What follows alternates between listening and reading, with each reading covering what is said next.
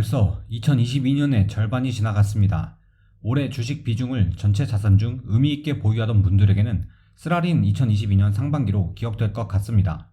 개인적으로는 원래 주식시장이라는 것이 변동성이 크기 때문에 오르고 내리고 하는 것에 크게 의미를 보유하게 되면 롱런하기 쉽지 않다고 생각합니다. 따라서 주식 가격 변동에 크게 의미 부여를 하지 않고 있습니다. 다만 각종 매크로 지표와 경제가 어떻게 흘러갔는지는 관심을 가져야 시장 대비 아웃퍼폼할 수 있겠죠. 단순하게 주식시장은 우상향한다고 판단하고 시장 수익률만큼 수익을 올리고 싶다면 지수 ETF를 가져가는 것이 좋겠습니다. 6월 30일 기준 보유 종목 포트폴리오 성과와 현재 시장에 대해 이야기하는 시간을 갖겠습니다. 앞으로 경기 침체가 올 것이라는 전망이 우세해지면서 6월 주식은 크게 하락하였습니다.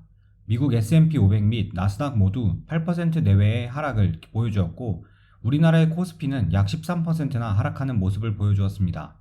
경기 침체 우려로 시장이 빠지고 빠진 시장이 다시 경기 침체 우려를 확인시켜주는 악순환이 계속되는 것 같습니다. 국내 주식은 역시 포트폴리오 대부분 위메이드를 보유하고 있습니다. 지난달 대비 약 27%나 하락하며 지속해서 안 좋은 모습을 보이고 있습니다. 저는 여전히 위메이드에 대해 좋은 뷰를 갖고 있습니다. 현재 위믹스 메인넷을 테스트 중이고 곧 정식 런칭할 예정입니다. 위믹스 달러까지 출시되게 되면 현재 진행 중인 가상화폐 관련 사업에서도 현재 매출로 잡지 못하던 회계 문제를 어느 정도 해결할 수 있는 방안이 생길 가능성이 높아질 것 같습니다. 여전히 블록체인 게임 플랫폼 회사로 성장 가능성이 무궁무진하다고 생각하여 포텐셜을 좋게 보고 있습니다. 연금 포트폴리오 중 대부분을 차지하는 것이 반도체인데 경기 침체 우려로 반도체 주식이 크게 하락하며 제 연금 계좌의 수익률을 크게 하락시켰습니다. 연금이야말로 장기적인 안목을 가지고 투자하기 때문에 걱정은 전혀 되지 않습니다. 반도체의 경우 여전히 성장하는 섹터이기 때문에 이러한 우려가 종식된다면 다시 한번 가장 성장할 섹터로 생각하고 있습니다. 현대차그룹은 에너지 전환에 맞춰 잘 변화하고 있는 그룹이고 현재 마켓 쉐어보다 더 큰 점유율을 기록할 수 있을 것이라 생각하기에 연금 계좌에 담고 있습니다. 당초에는 변화의 바람과 빠르게 상승할 것을 기대하며 포트폴리오에 담았는데 생각보다 제가 생각한 시기가 늦어지는 것 같습니다. 그러나 여전히 경쟁업체 대비 변화에 잘 대처하고 있다고 판단하여 보유할 예정입니다. 미국 주식 역시 6월 한 달간 큰 변화는 없었습니다. 보유 달러를 활용하여 EPR 우선주를 구매하였는데요. 상환 가격이 25달러이기에 EPR의 상환 능력이 의심받지 않는다면 곧 가격이 25달러 근처로 회귀할 것이라 판단합니다. EPR의 재무상태표상 그리고 만기 부채 상환일을 보았을 때 EPR의 상환 능력이 부족하다고 생각하지 않았기에 구매하였습니다. 포트폴리오 중 가장 큰 고민은 역시 인텔과 메타입니다. 인텔의 경우 반도체 시장에서 지배적인 위치를 첨단 공정의 경쟁력 악화로 인해 잃은 것이 사실이긴 합니다만 여전히 공급이 부족한 첨단 공정 파운드리를 할 수 있는 몇 안 되는 기업 중 하나라는 점과 디자인 능력과 반도체가 미국의 안보 문제가 되었다는 점 등의 장점과 더불어 여전히 수익성이 좋은 기업이라는 것이 성장성을 잃은 인텔의 가격이 저로 하여금 저렴하게 보이게 합니다. 메타 역시 엄청난 현금 창출 능력을 갖고 있고 세계 최고의 VR 기술을 갖고 있는 것 대비 과도하게 주가 하락이 있다고 생각하여 지속해서 보유할 예정입니다. 주식이 올 한 해 지속적으로 흐르기만 하니 각종 미디어에서 역시 약세장을 이야기하는 자의 목소리에 힘이 실리고 있습니다. 저는 어떠한 상황에서도 중립적인 입장을 유지하려고 노력합니다. 특히 이렇게 주가가 흐를 때는 강세장을 주장하는 사람의 목소리를 듣고자 노력하고 반대로 주가가 사상 최고치를 경신할 때에는 약세장의 논리를 펼치는 자의 이야기를 들으려고 노력합니다. 지금 강세장 속 조정을 이야기하는 자 중 가장 유명한 사람은 켄 피셔가 있겠습니다. 220조 원을 운영하고 있는 피셔 인베스트먼트를 이끄는 켄 피셔 회장은 인플레이션과 기준금리 인상으로 따른 경기 침체가 일어난 확률은 적다고 이야기합니다. 경기 침체는 단기금리와 장기금리의 역전으로 대출량이 급격하게 줄어들며 발생한다고 투자자들은 생각하고 있습니다. 실제로 2년물과 10년물이 역전되며 투자 심리를 안 좋게 만든 적이 있습니다. 그러나 켄 피셔 회장은 현재 은행들의 대출 시스템을 들여다보면 조달금리는 30일 미만의 초단기금리이고 대출 또한 10년 장기가 아니라 2년 정도의 대출이 주이기 때문에 장단기 금리를 지켜보기 위해서는 초단기 금리와 2년물 금리를 지켜봐야 한다고 이야기합니다. 현재 이 금리차는 여전히 1에서 2%의 차이를 보이고 있고 은행의 대출을 늘리기에 충분한 금리 차이기 때문에 시중에 대출이 줄어들면서 경기 침체가 일어나는 식의 논리는 맞지 않다는 것입니다. 실제로 최근 미국 은행의 총 대출 금액은 늘어나고 있습니다.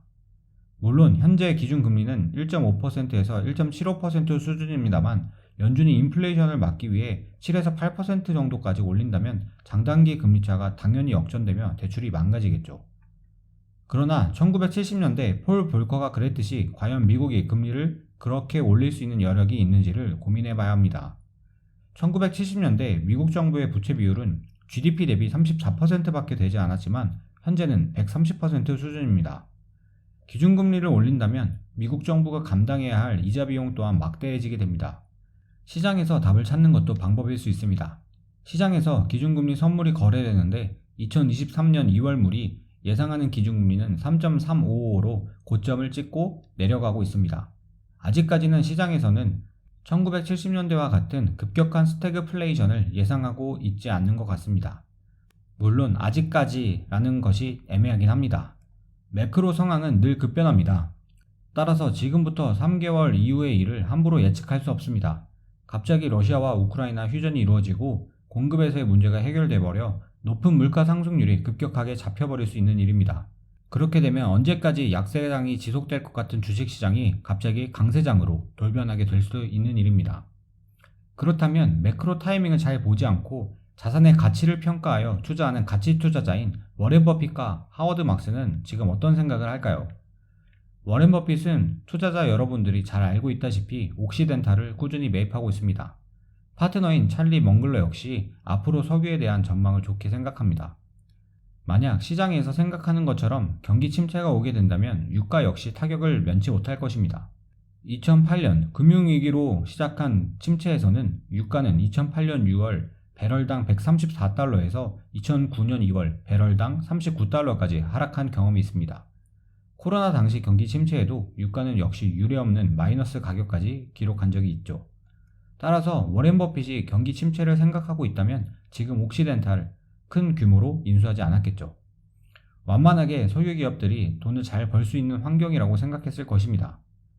또 다른 가치 투자자인 하워드 막스는 지금은 공격적으로 할인되어 거래되는 자산을 사야 할 시기라고 이야기합니다. 6에서 12개월 전과 대비하여 굉장히 저렴하게 거래되는 하이힐드 채권 및 주식을 사야 할 때라고 이야기하고 있습니다. 워렌 버핏과 하워드 막스는 매크로 경제를 예측하고 타이밍을 노리는 투자자가 아닙니다. 자산들의 가치를 평가하고 가치가 저렴했을 때 사는 투자자로 유명합니다. 그런데 그 타이밍들이 지나고 보면 매크로상 사야 할 타이밍들과 절묘하게 맞아떨어지는 것이 신기하긴 합니다. 매크로 이야기를 할 때 레이 달리오를 빼놓을 수 없겠죠. 레이 달리오는 경기 침체를 생각하는지는 모르겠지만 앞으로의 시대는 지금까지의 시대와는 다른 시대라고 이야기합니다. 인플레이션의 시대를 이야기하는 것 같습니다. 인플레이션이 지속되면 현금 보유자들의 구매력 상실은 계속되게 됩니다. 레이 달리오는 지금 현금은 쓰레기라고 이야기합니다. 그렇다고 주식에 우호적이진 않습니다. 레이 달리오는 주식은 더 쓰레기라고 표현합니다. 레이 달리오는 지금의 상황을 1970년대와 유사하게 바라보고 있고 1970년대에는 실물 자산이 성과를 내었던 시기라고 이야기합니다. 부동산, 에너지, 인프라 등 필수 유틸리티 등의 자산들을 추천하고 있습니다. 모건 스탠리의 최고 투자 책임자는 지속적으로 경기 침체 가능성에 대해 이야기하고 있습니다. 골드만삭스 또한 경기 침체 확률을 30%로 상향하였습니다. 모건 스탠리는 최악의 경우 S&P 500은 3,000까지 내려앉는다고 이야기하고 있습니다. 일반적으로 약세장을 전망하는 자들의 주장은 이렇습니다. 주가는 EPS와 PER의 멀티플입니다. 현재 금리 수준이 올라가면서 밸류에이션인 PE 멀티플은 지속적으로 하락하고 있습니다. 지금까지의 주가 하락을 PE 멀티플의 하락이었다면 경기 침체 시 일어날 EPS의 하락을 고려하지 않았다는 것이 약세장을 주장하는 쪽의 이론입니다. 여전히 월가의 많은 애널리스트들은 많은 기업들의 EPS 기대치를 하향하고 있지 않습니다. 그러나 경기가 실제로 침체에 빠져 역성장을 이룬다면 기업들의 EPS도 주저앉을 것입니다. EPS 기대치마저 낮아지게 된다면 다시 한번 주가 하락이 계속될 수 있다는 주장입니다. 정리해보면 강세장 속 조정을 주장하는 대가는 현재 기준금리 인상이 대출 증가율에 큰 타격을 주지 않고 총 수요에 충격을 크게 주지 않아 미국 경제 성장에 대한 낙관을 유지하고 있고 약세장을 주장하는 의견은 인플레이션 때문에 진행되는 페드의 급격한 긴축은 총수요에 큰 타격을 주어 경기 침체를 야기시켜 EPS를 감소시키고 이는 주가 레벨을 다운시킨다는 의견입니다. 둘 다 충분히 가능한 시나리오라고 생각합니다. 다만 개인적으로는 주가의 바닥을 예측한다는 것이 무모하다고 생각합니다.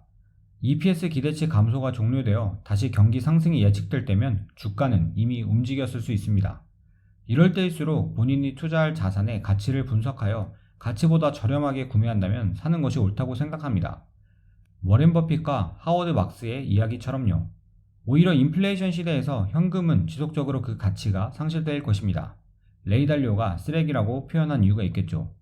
따라서 인플레이션 때문에 비용이 올라가도 그 비용을 소비자에게 전가하여 주주 이익률을 인플레이션율보다 높게 가져다 주는 기업의 주식이지만 저렴하게 거래되는 주식이 가장 좋은 첫 번째 픽이 되겠죠. 그러나 그런 기업은 이미 주가가 많이 오른 상태라 찾기가 쉽진 않을 것입니다. 그렇다면 워렌 버핏도 구매한 액티비전 블리자드와 같이 차익을 얻을 수 있는 기업의 주식도 하나의 방법이 될 수 있겠습니다. 그리고 제가 이번에 새로 구매한 EPR에서 발행한 고정배당 우선주 또한 좋은 옵션이 될 수 있겠습니다. 레이 달리오가 이야기했듯이 인플레이션을 이길 수 있는 에너지나 부동산 등의 실물 자산 투자도 있겠으나 쉬운 투자는 아닐 것 같습니다. 기업 재무 분석에 자신이 있다면 하워드 막스가 이야기했던 하이힐드 채권 또한 방법이 될 수 있겠습니다. 직접 기업의 채권에 투자하기 어려우신 분들에겐 하이힐드 채권들을 모아둔 ETF가 미국에 상장되어 있습니다. 저 개인적으로 장기적으로 보았을 때 역시 많은 주식들이 저렴하게 거래되고 있다고 판단합니다. 따라서 매수할 수 있을 때 EPS 성장이 가능한 기업들을 최대한 골라 분할 매수하고자 합니다. 매크로 이야기를 돌고 돌아 결국에는 기업에 집중하자는 것이 오늘의 결론이 되겠네요. 결국 밸류에이션 하락은 거의 다 이루어졌고 EPS가 예상치보다 높게 나올 기업을 잘 고른다면 충분히 좋은 성과를 얻을 수 있을 것이라 판단합니다. 모든 투자의 책임은 투자자 본인에게 있습니다. 오늘도 이 영상을 시청해 주신 모든 분들께 감사합니다. 이 영상을 보는 모든 분들의 성공 투자를 바랍니다.